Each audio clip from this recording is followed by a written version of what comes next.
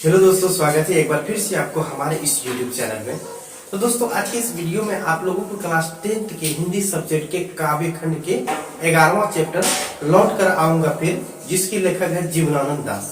ठीक है, उसकी जो है कविता को मैं संपूर्ण अर्थों को बताऊंगा। तो भैया बने रहे हमारी इस वीडियो में शुरू से लेकर अंत तक, अगर आपको सही में इस कविता को समझना है, क्योंकि कविता को समझकर इसके अंतर्गत जितने भी क्वेश्चन है आप सारे क्वेश्चन को बना सकते हैं। तो यहाँ पर मेन क्या हो गया कि अगर आप इस कविता को, इस स्टोरी को पूरा समझ लेते हैं, ठीक है, तो आप क्वेश्चन क्या इससे संबंधित कुछ भी पूछ ले, ऑब्जेक्टिव भी पूछ ले तो भी बना सकते हैं। लेकिन भैया इसके लेखक जो जीवनानंद दास है, ठीक है, इसके मतलब लेखक के जीवनी को आप लोग जो है ना बुक से पढ़ लीजिएगा, क्योंकि अगर उसका जीवनी को मैं बताऊंगा तो बहुत ज्यादा लंबा वीडियो बन जाएगा। लेकिन थोड़ा बता देता हूँ। वैसे जीवनानंद दास जो था एक बंगाली कवि था। ठीक है, एक कैसे कवि थे जीवनानंद दास? बंगाली कवि थे। और इसका जन्म जो है कब हुआ था? 1899 ईस्वी में इसका जन्म हुआ था। ठीक है, कहां पर हुआ था? बंगाल में।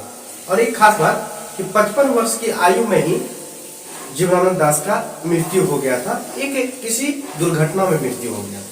ठीक है, लेकिन चैप्टर पढ़ने से पहले आप लोगों को कुछ सवाल मैं बता देता हूँ, ताकि जब मैं समझाऊं उस समय जो ना आपको क्लियर हो जाए कि इस पॉइंट में कुछ छुपा हुआ है, यानी उस क्वेश्चन का आंसर छुपा हुआ है।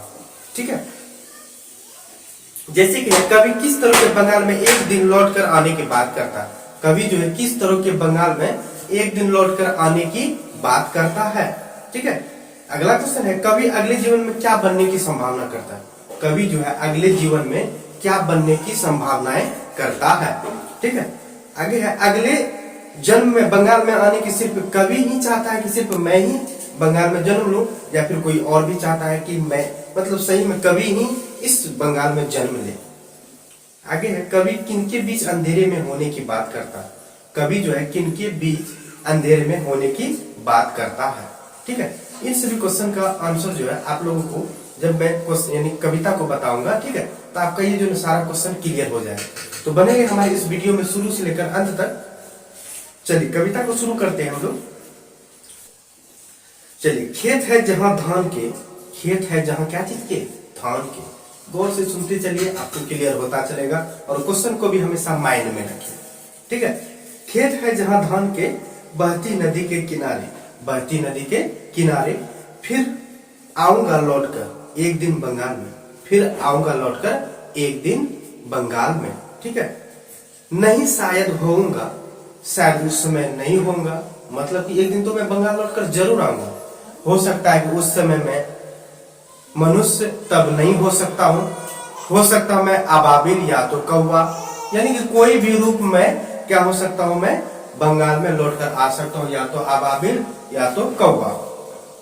उस भोर का फूटेगी नई धान की फसल पर जो कुहरे के पालने से कटहल की छाया तक, कुहरे के पालने से कटहल की छाया तक, भरता पेंग आऊंगा एक दिन, भरता पेंग आऊंगा एक दिन लौटकर, फिर मैं कहां पर? बंगाल में। एक दिन लौटकर जरूर आऊंगा मैं कहां पर? बंगाल में लौटकर आऊंगा।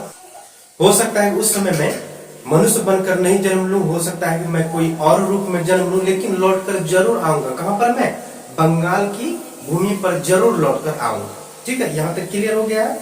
चलिए आगे चलते हैं। बनकर शायद हंस में किसी किशोरी का, बनकर शायद में हंस किसी किशोरी का, घुंघरू लाल पैरों में, घुंघरू लाल पैरों में। यह कहने का आशय ये है कि हो सकता है मैं हंस बनकर आऊं और कोई जो है हमारे इस पैरों पर, यानी कि हंस के पैरों पर क्या बने? घुंघरू बनेगा। ठीक है, यही बात को बोलना चाहता है कवि कि हो सकता है मैं हंस भी बनकर आ जाऊं, किसी किशोरी का जो घुंघरू जो है अपने पैरों में कोई बांध देगा, ऐसा भी हो सकता है। तैरता रहूंगा बस दिन भर पानी में, तैरता रहूंगा बस दिन भर कहां पर? पानी में। गंध जहां होगी ही भरी घास की, जहां पर गंध होगा क्या चीज का? हरी घास का होगा। आऊंगा मैं एक दिन फिर मैं कहां लौटकर? बंगाल में लौटकर जरूर आऊंगा एक दिन। नदियां मैदान, ध्यान दीजिएगा, नदियां मैदान बंगाल के बुलाएंगे। कौन कौन बुलाएंगे? नदियां बुलाएंगे, मैदान बुलाएंगे। कहां के? बंगाल के नदियां और मैदान बुलाएंगे। मैं आऊंगा, मैं जरूर आऊंगा। ठीक है, जिसे नदी घोलती ही रहती है पानी, जिसे नदी धोती ही रहती है क्या चीज, पानी से, इसी हरे सजल किनारे पर, उसी हरे सजल किनारे पर। ठीक है, यहाँ तक आप लोग पूरा क्लियर कर लीजिए। ठीक है, और क्वेश्चन को भी हमेशा माइंड में रखिए। आप लोगों का क्वेश्चन भी क्लियर हो जाएगा और ये जो है कविता भी क्या हो जाएगा, क्लियर हो जाएगा। ठीक है, शायद तुम देखोगे शाम की हवा के साथ, शायद तुम देखोगे क्या चीज, शाम के हवा के साथ उड़ते एक उल्लू को, उड़ते एक क्या चीज को, उल्लू को। शायद तुम सुनोगे कपास के पेड़ पर, शायद तुम सुनोगे कपास के पेड़ पर उसकी बोली। ठीक है, किसकी बोली, उल्लू की बोली सुनोगे। कौन सा पेड़ पर, कपास के पेड़ पर। घासली जमीन पर फेंकेगा मुट्ठी भर भर चावल, घास वाला जमीन पर फेंकेगा कोई क्या चीज, मुट्ठी भर भर क्या चीज, चावल। शायद कोई बच्चा उबले हुए, शायद कोई बच्चा जो है मुट्ठी भर भर चावल घास वाले जमीन पर क्या करेगा, फेंकेगा।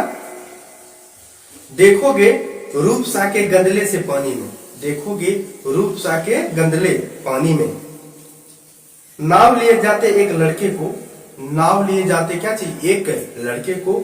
उड़ते फटे पाल की नाव, उड़ते फटे पाल की नाव, देखोगे एक लड़के को ले जाते हुए।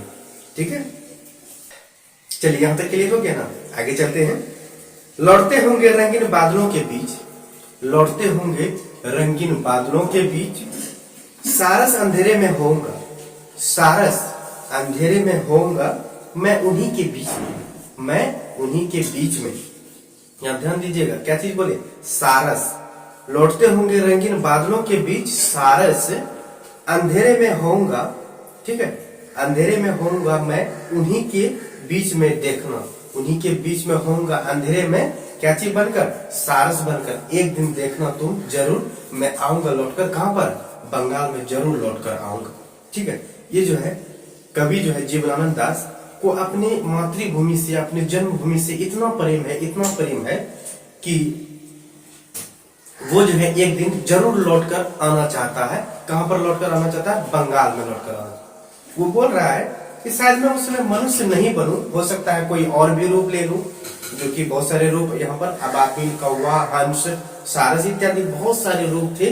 ठीक है, हो सकता है कि कोई फटा पुराना नाव चलाता हुआ, नाव खेलने वाला एक लड़का के रूप में भी जन्म ले सकता हूँ, लेकिन मैं लौटकर जरूर आऊंगा। कहां पर लौटकर जरूर आऊंगा, एक दिन मैं बंगाल में जरूर लौटकर आऊंगा। यह कवि को अपने मातृभूमि के प्रति इतना प्रेम है, इतना प्रेम है कि वो जो ना एक दिन जरूर लौटकर आने की बात करता है।